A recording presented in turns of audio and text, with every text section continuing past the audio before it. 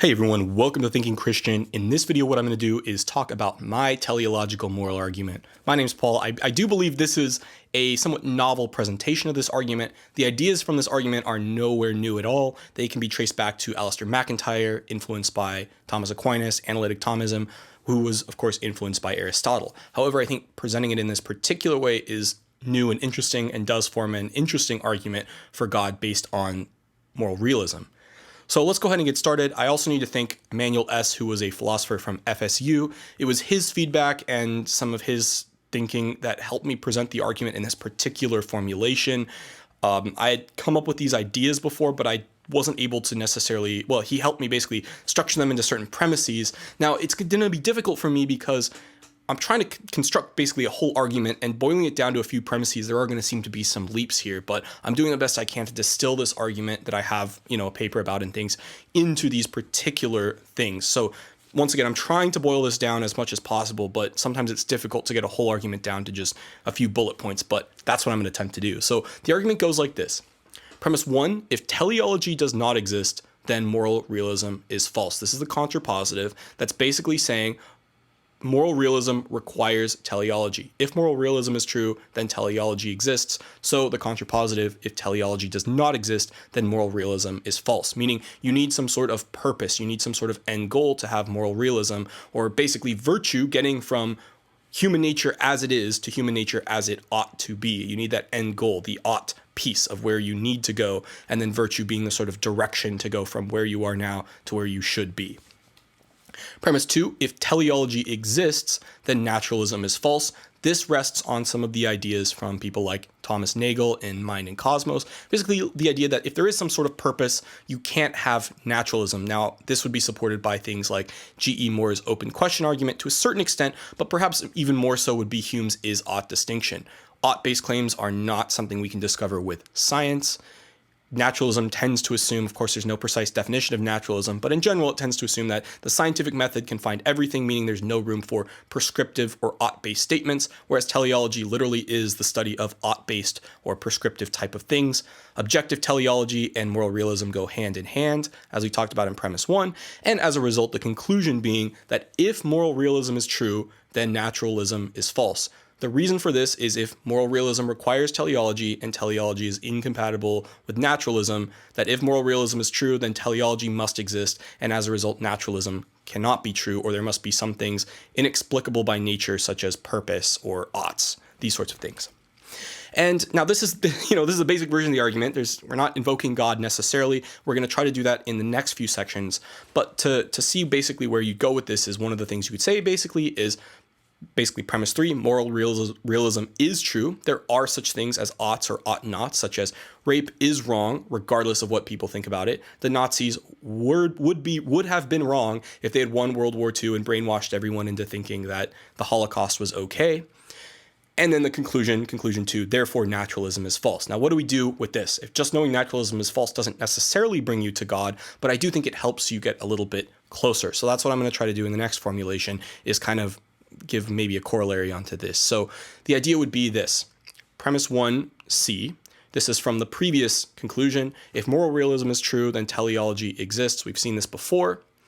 Premise 2 star would be God is the best explanation for the existence of teleology. Now, most people, I think this is a relatively uncontroversial claim. Of course, can't be using consensus here.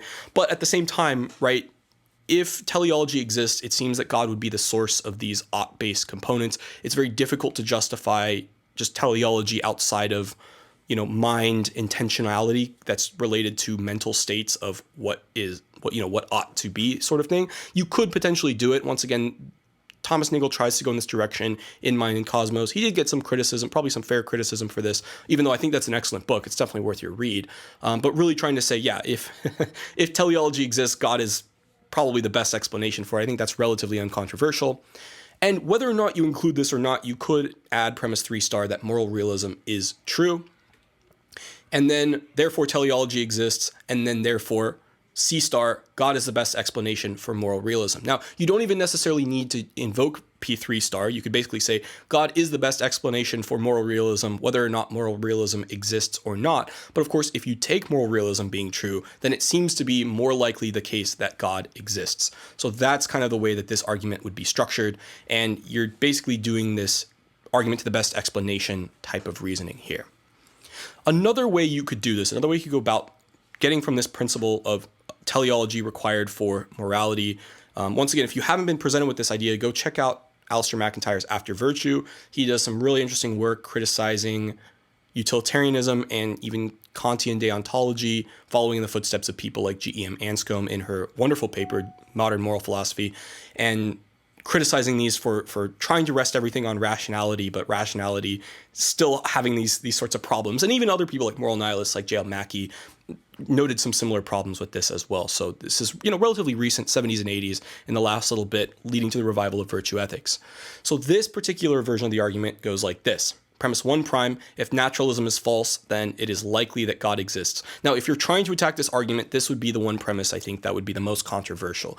I don't really understand why. I think this would be very difficult, but basically saying if you're conditioning on the fact that naturalism is false, it does seem to be reasonable. If you're going to assume anything supernatural exists, it seems like God would be one of the best things to argue. But of course, you could just say, no, I think ghosts are more likely than God. Of course, if you're going to make that claim needs its own burden of proof. But of course, if I'm claiming that if naturalism is false, it is likely that God exists, I would need to provide evidence for that claim. And I think where I would try to do this is just saying, of all of the supernatural sorts of entities, I think it is relatively uncontroversial to say that God seems like probably the best one that you would assume. That if naturalism was shown to be false or self-contradictory or something, it seems that of all the supernatural things you could propose, if naturalism is false, God seems certainly more likely to exist if naturalism is false, but more likely than not to exist if naturalism is false, period, right? If naturalism has some non-zero probability of being true, and God is required naturalism to be false, that if naturalism is false, God is more likely than if naturalism could be true. But this is a little bit stronger. This is saying if naturalism is false, it is more likely that God exists than God does not exist. It's a lot of words, but basically what this is trying to say is that if naturalism is false, it seems reasonable to assume God exists. Premise 2 prime, if moral realism is true, then naturalism is false. Premise 3 prime, moral realism is true. Once again, there are such things as objective moral duties and obligations, type of prescriptive claims. And then combining premise 2 with premise 3 prime, you get conclusion 1 prime, which is that therefore naturalism is false. And then combining C1 prime with P1 prime, you get therefore it is likely that God exists, or it is more likely that God exists. That's the way you come to do this. And I think this is the argument that gets you closer to God. This is a little bit weaker in the sense that it's not objectively proving that God exists. It's not saying God is required for teleology. I think you could make that argument. I think that would be a good argument. But this is the slightly weaker version saying God is just the best explanation, argument to the best type of explanation.